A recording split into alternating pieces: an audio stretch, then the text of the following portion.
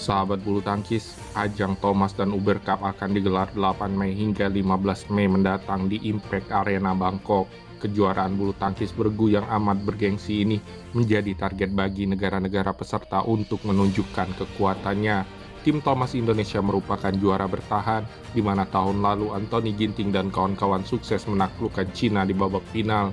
Ini sekaligus mengukuhkan tim Indonesia sebagai peraih gelar Thomas terbanyak dengan 14 gelar. Sedangkan tim Uber Indonesia terakhir kali meraih gelar Uber Cup yaitu pada tahun 1996 lalu dan kemudian tidak pernah lagi. Lantas siapa saja pemain Indonesia yang akan dikirim ke ajang Thomas Uber Cup?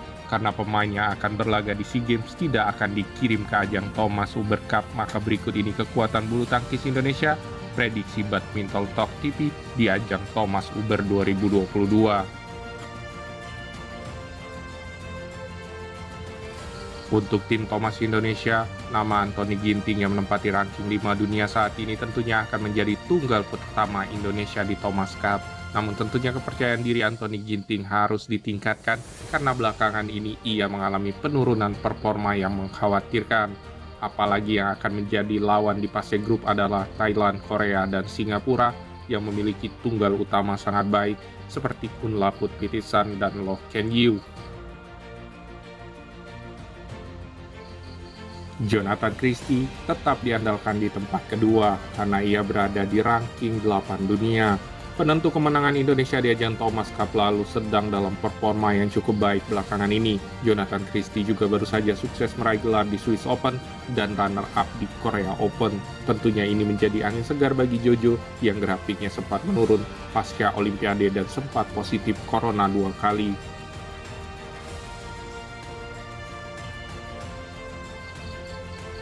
Di tempat ketiga tak banyak perubahan. Cesar Hirenu-Stapito tetap akan menjadi salah satu andalan Indonesia. Sayangnya dalam penampilan ke belakang ini, permainan Pito cenderung menurun yang menyebabkan rankingnya terus melorot. Sebenarnya secara pengalaman Pito terbilang cukup. Secara umur, ia adalah yang tertua di antara Jonathan Christie dan Anthony Ginting. Hingga saat ini belum ada prestasi mencolok dari Cesar Hirenu-Stapito secara individu. Namun jika bergu, ia kerap menjadi penyumbang poin berharga bagi tim bulu tangkis Indonesia.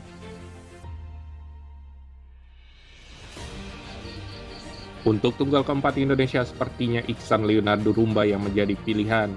Hal ini karena Chico, Jonathan Ramli, dan Christian Adinata dikirim ke ajang SEA Games 2022. Tentunya menarik untuk melihat bagaimana Iksan menjadi pelapis seniornya, apalagi jika salah satu pemain cedera tentunya ia akan menjadi harapan sebagai tunggal ketiga. Sedangkan di sektor ganda putra, pasangan Kevin Sanjaya Marcus Fernaldi Gideon tetap menjadi ganda pertama Indonesia.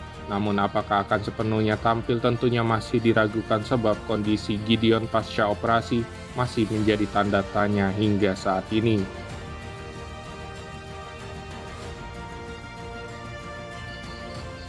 Ganda senior Indonesia Muhammad Ahsan Hendra Setiawan tentunya akan menjadi andalan di tempat kedua. Tentunya di antara kedua pemain ini juga nantinya akan menjadi kapten tim Indonesia. Apalagi kondisi performa mereka belakangan ini boleh dibilang cukup baik di berbagai kejuaraan, meski di usia yang tidak muda lagi.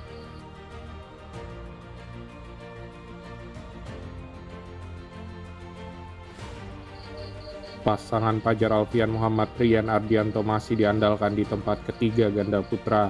Ia menjadi alternatif jika Ahsan Hendra atau Kevin Gideon tidak dapat tampil. Di dua turnamen terakhir pasangan Fajri ini tampil cukup baik dengan berhasil menjadi juara dan runner-up.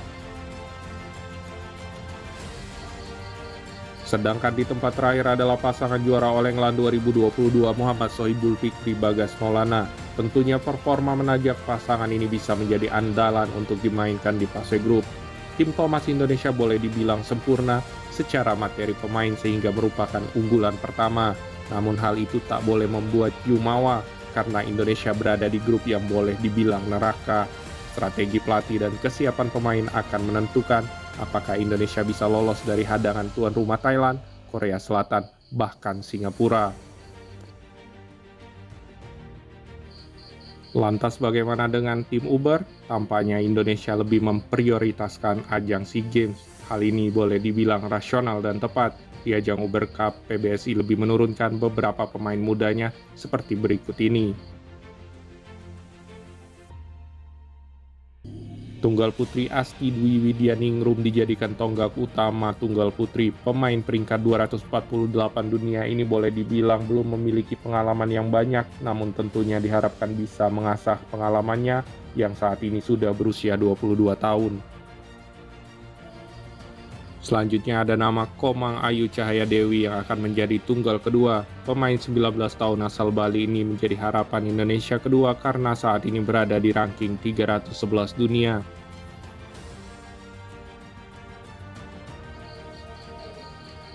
Aisyah Satifah Patetani berada di tempat ketiga tunggal putri Indonesia.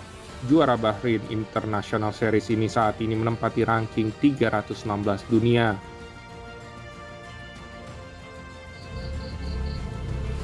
Sedangkan di tempat terakhir adalah nama Bilqis Prasista, pemain peringkat 323 dunia saat ini bisa menjadi pilihan Indonesia untuk memperkuat tim putri apalagi ia sudah berpengalaman di ajang BATC lalu.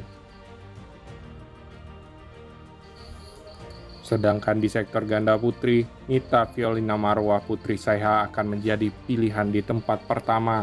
Mereka saat ini menempati ranking 41 dunia.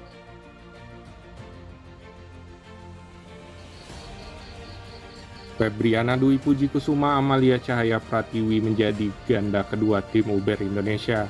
Prestasi terbaik mereka adalah saat masuk perempat final Indonesia Open lalu, menempatkan ganda putri ini menjadi ranking 110 dunia saat ini. Pasangan Melisa Trias Puspitasari, Rahel Alessa Yose menjadi ganda ketiga Indonesia. Pemain muda Indonesia yang sangat potensial ini saat ini menempati ranking 359 dunia.